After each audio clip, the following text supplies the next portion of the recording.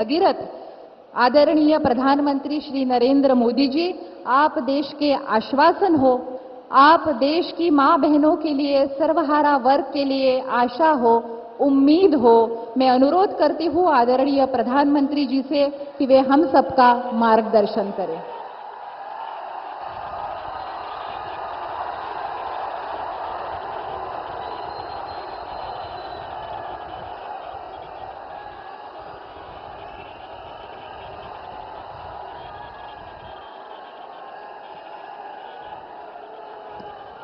भारत माता की, भारत माता की, भारत माता की। माझ्या प्रिय सोलापूरकरांना अतिशय मनापासून नमस्कार करतो। जय जय रामकृष्ण हरे। सोलापूरचे ग्रामदैवत श्री सिद्धेश्वराच्या चरणी मी नतमस्तक होतो। भगवान विठ्ठल और जगतगुरु बसवेश्वरा की इस धरती का ये आशीर्वाद छत्रपति शिवाजी महाराज की ये धरती पर ये जन सैलाब, ये उत्साह साफ साफ बता रहा है। फिर एक बार, फिर एक बार, फिर एक बार। साथियों,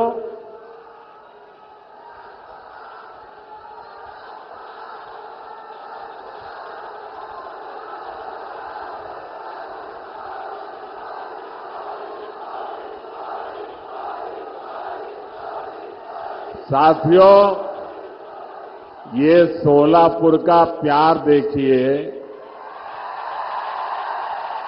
ये 2024 में मैं दूसरी बार आपके पास आया,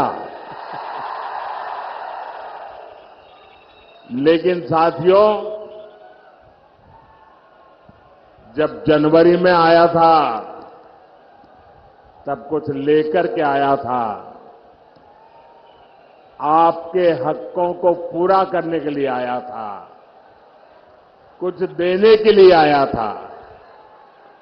लेकिन आज मैं आपसे कुछ मांगने के लिए आया हूं, और मांगने के लिए इसलिए आया हूं कि आगे मैं बहुत कुछ देना चाहता हूं। और मुझे धन दौलत नहीं चाहिए,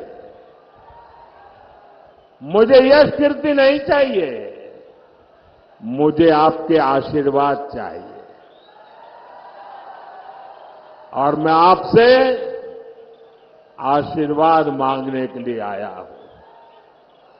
साथियों, इस चुनाव में आप अगले 5 वर्ष के लिए विकास की गारंटी को चुनेंगे। दूसरी ओर वो लोग हैं जिन्होंने 2014 से पहले देश को भ्रष्टाचार, आतंकवाद और कुशासन के गर्त में धकेल दिया था। अपने कलंकित इतिहास के बाद भी कांग्रेस फिर से देश की सत्ता हथियाने का सपना देख रही है। इन्हें अंदाजा ही नहीं कि पहले 2 चरण के चुनाव में ही इंडी अगाड़ी का डिब्बा गोल हो चुका है। भाइयों बहनों, एक और आपका ये सेवक मोदी सर झुका करके आपके पास आता रहता है। आपने 10 साल तक मोदी को परखा है, उसके एक एक कदम को देखा है, उसके एक एक शब्द को नापा है। आप मोदी को भली भांति जानते हैं। दूसरी ओर इंडी अगाड़ी में नेता के नाम पर महायुद्ध चल रहा है। अब मुझे बताइए भाई, इतना बड़ा देश जिसका नाम तय नहीं है, जिसका चेहरा पता नहीं है, क्या इतना बड़ा देश उनके हाथ में आप दे सकते हैं क्या? कोई गलती से भी दे सकता है क्या? भाइयों बहनों, ये लोग इन दिनों सत्ता हथियाने के लिए देश तो बंटवारे करते ही रहे हैं। अब एक नया फॉर्मूला लाए हैं। ये फॉर्मूला लाए हैं 5 साल में 5 पीएम, हर वर्ष 1 पीएम। वो जितना खजाना लूटना है लूटेगा, फिर दूसरे साल दूसरा पीएम, फिर वो लूट करेगा, तीसरे साल तीसरा पीएम, चौथे साल चौथा पीएम, 5वें साल 5वां पीएम। क्यों भाई? और यहां नकली शिवसेना वाले क्या कहते हैं मालूम है? ये नकली शिवसेना वाले तो कह रहे हैं कि उनके यहां तो पार्टी में पीएम पद के लिए ढेर सारे लोग हैं। और उनके एक बड़बोले नेता ने तो कह दिया, हम 1 साल में 4 पीएम बनाए तो उसमें भी क्या जाता है। आप मुझे बताइए, 5 साल 5 पीएम जैसे फॉर्मूला से इतना बड़ा देश चल सकता है क्या? जरा मन से बताइए ना, मुझे पता चले। चल सकता है क्या? कभी भी उस दिशा में हम जा सकते हैं क्या? नहीं चल सकता ना। लेकिन उन्हें अब यही एक रास्ता बचा है सत्ता हथियाने का, क्योंकि उन्हें देश नहीं चलाना है, उन्हें आपके भविष्य की चिंता नहीं है, उन्हें तो मलाई खानी है, मलाई। भाइयों और बहनों, ये हमारा महाराष्ट्र सामाजिक न्याय की धरती है। इस धरती ने ज्योतिबा फुले, सावित्रीबाई फुले, बाबा साहब आंबेडकर के रूप में ऐसी महान संतानें दी हैं जिन्होंने समाज के सबसे कमजोर वर्गों को ताकत दी, प्रेरणा दी। आपने कांग्रेस के 60 साल का शासन भी देखा है और आपने मोदी के 10 साल का सेवा काल भी देखा है। पिछले 10 वर्षों में सामाजिक न्याय के लिए जितना काम हुआ उतना आजादी के बाद इसके पहले कभी नहीं हुआ था। भाइयों और बहनों, कांग्रेस ने अपने 60 वर्षों में जो उनको सत्ता भोगने का अवसर मिला था, एससी, एसटी, ओबीसी वर्ग के हर हक को रोकने का निरंतर प्रयास किया। और उसके पीछे उनकी फिलॉसफी थी। उनकी फिलॉसफी ये थी कि इनको ऐसे ही रहने दो ताकि वो हमारे आश्रित रहे और जब चाहे तब हम उनसे जो वोट चाहिए वो लेते रहे। जानबूझ करके ऐसा किया। लेकिन मोदी का तो आपका दिल का नाता है, दिल का। और इसलिए 10 वर्षों में हमने सच्चे सामाजिक न्याय पर अभूतपूर्व बल दिया है। और मैंने एक बार कहा था सोलापुर में, मेरे यहां अहमदाबाद में जो मिल मजदूर थे उसमें हमारे पद्मशाली समाज के लोग बहुत थे। और कोई हफ्ता मेरे जीवन में ऐसा नहीं गया होगा कि मुझे किसी न किसी पद्मशाली परिवार ने भोजन न कराया हो। और एक प्रकार से मैं उनका नमक खा करके बड़ा हुआ हूं। और आज मैं जो गरीबों की सेवा कर रहा हूं ना, मैं उनका कर्ज चुका रहा हूं।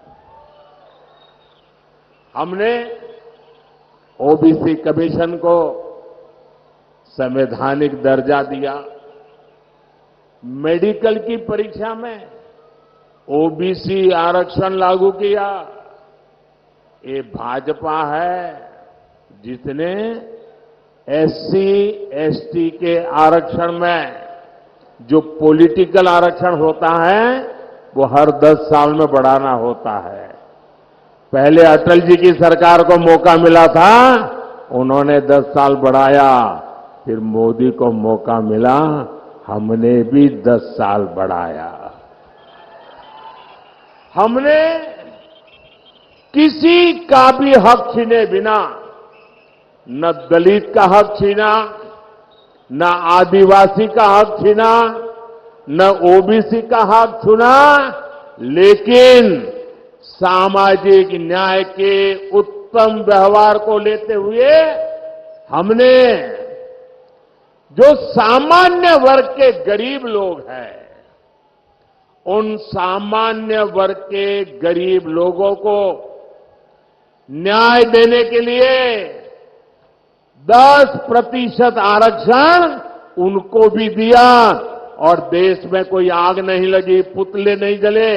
इतना ही नहीं, इस देश के सभी दलित नेताओं ने उसका भरपूर जोश स्वागत किया। हमारा सामाजिक न्याय का तरीका समाज में विभेद पैदा करने का नहीं है, समाज को जोड़ने का है। आज देखिए, मेडिकल की, इंजीनियरिंग की पढ़ाई में हमने एक बड़ा क्रांतिकारी निर्णय किया है। आज कुछ लोगों को वो जरा मजाक लगती होगी, लेकिन हमने तय किया है, मुझे अब गरीब मां का बेटा भी डॉक्टर बनाना है, गरीब मां की बेटी को भी डॉक्टर बनाना है, मुझे गरीब मां के संतानों को इंजीनियर, डॉक्टर, बड़ी बड़ी पदों पर ले जाना है।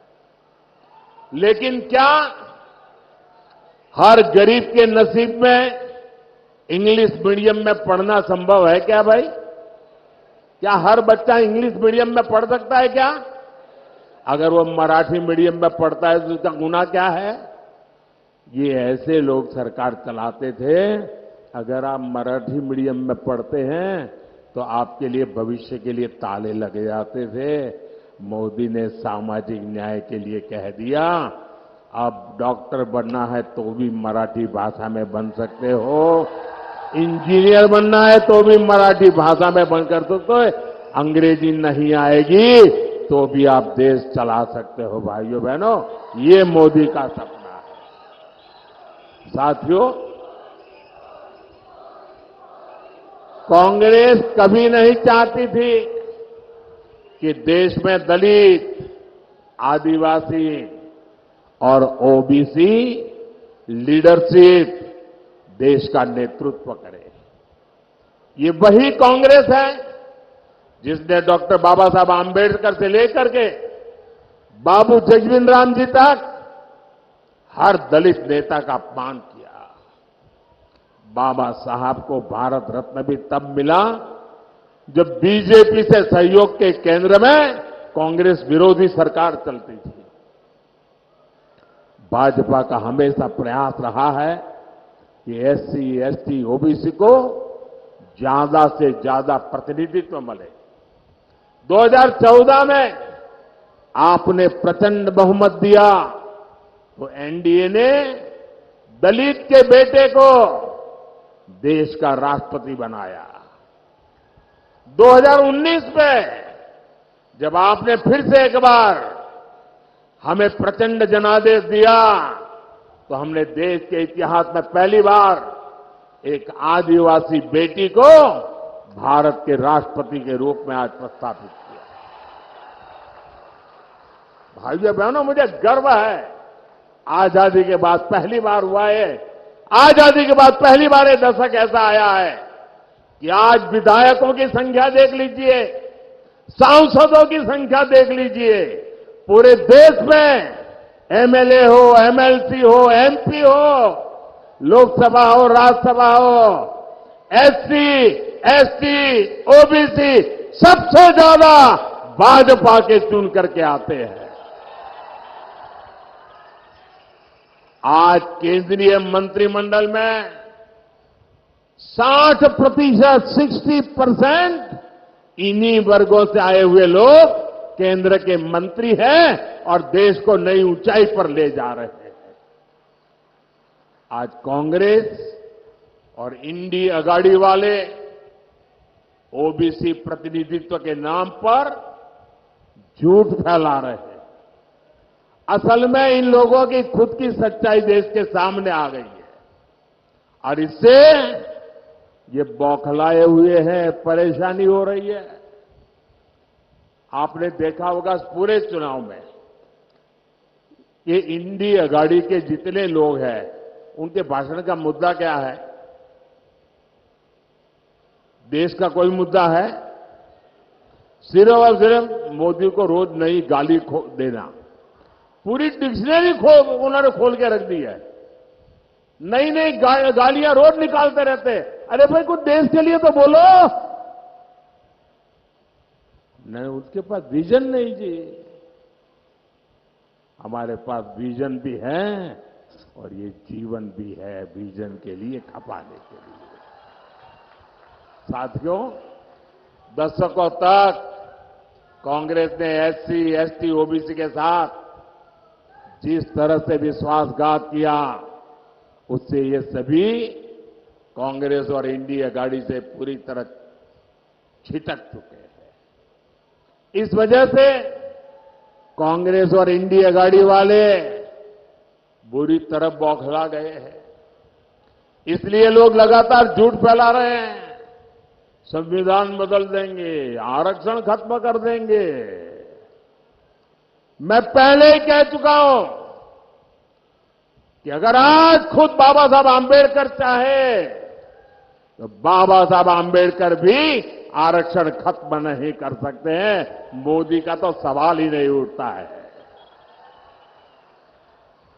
और अगर हमारी सरकार की नीयत उसमें कहीं पर भी खोट होती, मेरा 5 साल का रिकॉर्ड देख लीजिए, 5 साल में भी 2019 से 2024 आज भी मोदी के पास जितने वोट चाहिए है, लेकिन ये रास्ता हमें मंजूर नहीं है।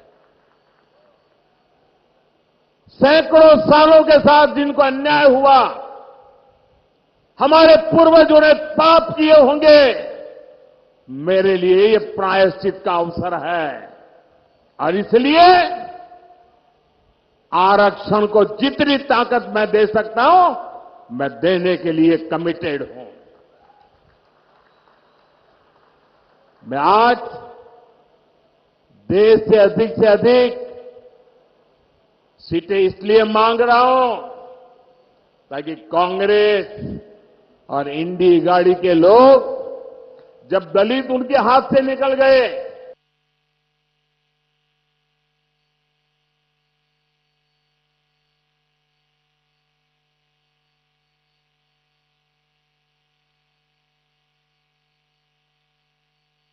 महायुतीची सभा सुरू आहे।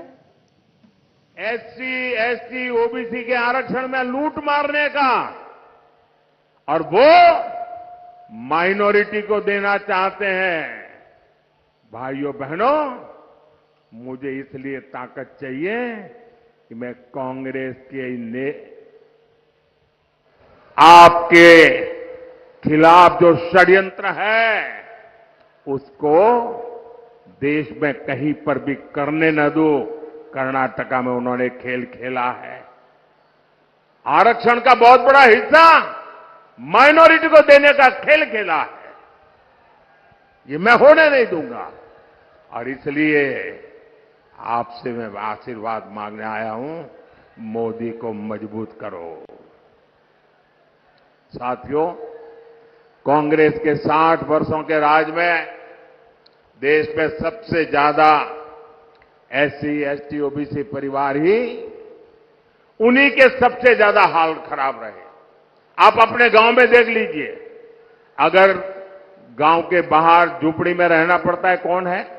हमारे एससी समाज के लोग हैं। मुसीबत में जीना पड़ता है कौन है? हमारे एसटी समाज के हैं। तकलीफों में जीना पड़ता है कौन है? हमारे ओबीसी समाज के लोग हैं। मोदी ने इन परिवारों को ही अपनी प्राथमिकता बनाया।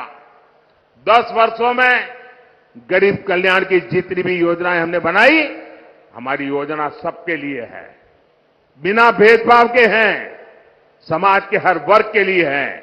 और स्वाभाविक है, जो लोग 50-60 साल से पिछड़े हुए थे उनको उसका लाभ पहले मिल रहा है। और हम तो मानते हैं इस देश की संपत्ति का पहला अधिकार उन लोगों का है जो पंक्ति में आखिर में बैठे हुए। महात्मा गांधी भी यही कहते थे। मुफ्त राशन हो, मुफ्त इलाज हो, पक्के घर हो, शौचालय हो, बिजली हो, गैस हो, पानी हो, ये सब कुछ सबसे ज्यादा वंचित समाज को जरूरत थी और वंचित समाज की वो आकांक्षाएं आजादी के इतने सालों के बाद आपका सेवक मोदी पूरी कर रहा है। भाई वहां वो सज्जन तस्वीर लेके आए हैं, मैंने तस्वीर देख लिया। बैठिए, पीछे आप लोगों को परेशान कर रहे हैं। आपका मैं बहुत आभारी हूं आपके प्यार के लिए, लेकिन औरों को परेशान मत करो भाई।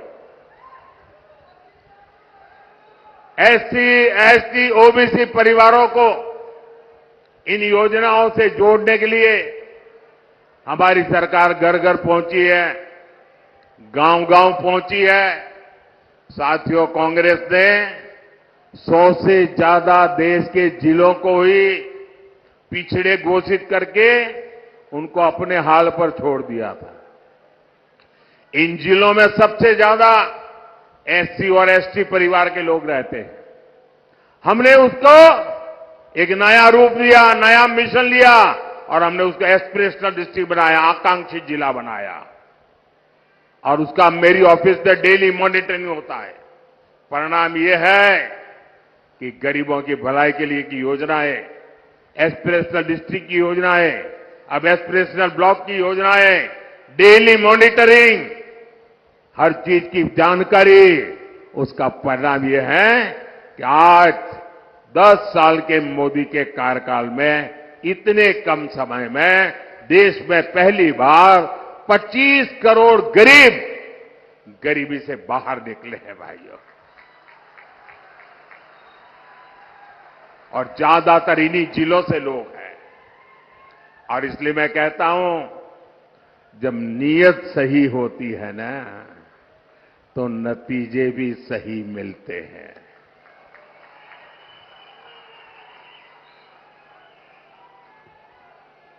साथियों, भाजपा का सामाजिक न्याय का एक और उदाहरण वाइब्रेंट विलेज प्रोग्राम भी है। अगर मोदी की नजर कांग्रेस की तरह सिर्फ वोट बैंक पर होती, तो सीमा के जो गांव है, जिनको ये लोग आखिरी गांव कहते थे, मैं उनको सबसे पहले कहता हूं गांव। दुनिया के किसी को देश को एंट्री होना है ना, सूरज की पहली किरण भी वहीं आती है जी, और सूरज डूबता है तो आखिरी किरण भी वहीं से आती है। गांव के लिए वाइब्रेंट विलेज प्रोग्राम क्यों चलता है? वहां तो वोटर ही नहीं है, इन्हें वोटर है। लेकिन मेरे लिए वोटर मायने बाद में रखता है, पहले वो मेरे देश का नागरिक है। मेरे देश का 140 करोड़ नागरिक में से एक है वो मेरी सीमा का प्रहरी है। अगर मोदी की नजर कांग्रेस की तरफ सिर्फ वोट बैंक पर होती, तो 24,000 करोड़ रुपए की पीएम जनमन योजना बना करके आदिवासियों में भी जो सबसे पिछड़ी जनजातियां हैं, उनके लिए अलग से योजना न बनाता और उनके कल्याण के लिए काम न करता। ये वोटर ज्यादा नहीं है, संख्या कम है, लेकिन मेरे देश के आखिरी व्यक्ति को भी मैं मजबूत बनाना चाहता हूं। हमने विश्वकर्मा योजना लाए, जिनके हाथों में सामर्थ्य है, जिनकी उंगलियों में सामर्थ्य है, ऐसे देश में लाखों लोग हैं। ऐसे मेरे विश्वकर्मा साथी एससी समाज में, एसटी समाज में, ज्यादातर ओबीसी समाज है। 60 साल में कांग्रेस ने कभी पूछा नहीं। मोदी ने पहली बार इन साथियों के लिए 13,000 करोड़ रुपए की पीएम विश्वकर्मा योजना बनाई है। भाइयों और बहनों, गरीब कल्याण की इन योजनाओं का सबसे अधिक लाभ एससी, एसटी, ओबीसी परिवार की हमारी माताओं बहनों को हुआ है। शौचालय के अभाव में, सैनिटरी पैड्स के अभाव में ज्यादातर हमारी बेटियां स्कूल छोड़ देती थी। अब मोदी ने यह समस्या दूर कर दी है। बिना गारंटी के मुद्रा लोन पाने वाले 50% से ज्यादा लाभार्थी एससी, एसटी, ओबीसी है। इनमें से 70% लोन हमारी माताओं बहनों को मिला है। ये जो हमारी खादी है ना, खादी स्वतंत्रता आंदोलन की निशानी है। और तो मैं तो कहता हूं, आजादी के पहले लोग कहते थे, और आजादी के बाद क्या, तो मैं तो एक वाक्य में कहता हूं, पहले khadi for nation, now khadi for fashion. Congress ने तो उस खादी को भी बर्बाद कर दिया था। खादी के काम में भी बड़ी संख्या में हमारे यही समाज के लोग हैं जो अति वंचित लोग हैं। मोदी ने खादी को फिर से जीवंत कर दिया। साथियों, कांग्रेस ने तो बाबा साहब के संविधान को जम्मू कश्मीर में लागू नहीं होने दिया था। आर्टिकल 370 बनाकर कांग्रेस ने देश के संविधान का अपमान किया था। एनडीए सरकार ने, मोदी ने 370 हटाई, तो सामाजिक न्याय का अधिकार जम्मू कश्मीर में हमारे जो लोग हैं उनको मिला। पहली बार उनको एससी, एसटी, ओबीसी और महिलाओं को वहां अधिकार मिला है, उनको आरक्षण मिला है। भाइयों बहनों, ये है सामाजिक न्याय का मोदी का ट्रैक रिकॉर्ड। इसलिए पूरी इंडिया गाड़ी बौखलाई हुई है।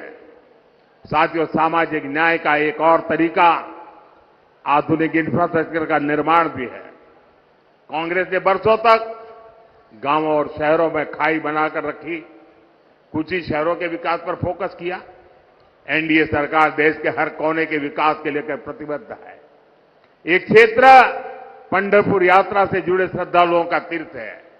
यहां तो तुलजा भवानी ने छत्रपति शिवाजी महाराज को अपना आशीर्वाद दिया था। 10 साल में हमने पंढरपुर की रेलवे कनेक्टिविटी के लिए सैकड़ों करोड़ रुपए खर्च किए। पुणे फलटण रेल मार्ग जो 23 साल से अटका पड़ा था, हमने उसको पूरा कराया। हमने सोलापुर हैदराबाद, सोलापुर सांगली, सोलापुर बीजापुर ऐसे कई महामार्ग के काम शुरू किया। सोलापुर को तो महाराष्ट्र की पहली वंदे भारत ट्रेन भी मिली है। शक्तिपीठ महामार्ग से समुद्री महामार्ग जैसे हाईटेक सड़कों के काम भी हो रहे हैं। इन विकास कार्यों के कारण इस क्षेत्र में श्रद्धालुओं की संख्या में 4 गुना की बढ़ोतरी हुई है। अब हमारे वारकरी भाई बहनों के अलावा दूसरे राज्यों से भी बड़ी संख्या में श्रद्धालु आ रहे हैं। यहां युवाओं के लिए आस्था और पर्यटन से जुड़े नए अवसर बन रहे हैं। साथियों, आज महाराष्ट्र में एकनाथ शिंदे जी, देवेंद्र फडणवीस जी और अजित पवार जी की सरकार आपके लिए दिन रात मेहनत कर रही है। मेरा अनुरोध है, 7 मई को आप मेरे नौजवान साथी राम सतपुते जी को भारी संख्या में वोट दे। राम सतपुते जी सोलापुर के विकास के लिए एक मजबूत कड़ी बनकर के काम करेंगे। और जब आप कमल पे निशान पर बटन दबाओगे ना, तो आपका वोट सीधा सीधा मोदी को मिलेगा। तो ज्यादा से ज्यादा मतदान कराओगे, हर पोलिंग बूथ जीतोगे, पुराने सारे रिकॉर्ड तोड़ोगे, जब मेरा एक और काम करोगे यहां से अपने परिचितों को जाकर के मिलना, उनके घर जाना, उनको कहिएगा कि मोदी जी सोलापुर आए थे, आपको प्रणाम भेजा है। मेरे प्रणाम पहुंचा देंगे। मेरे साथ बोलिए, भारत माता की, भारत माता की जय श्री राम, जय श्री राम।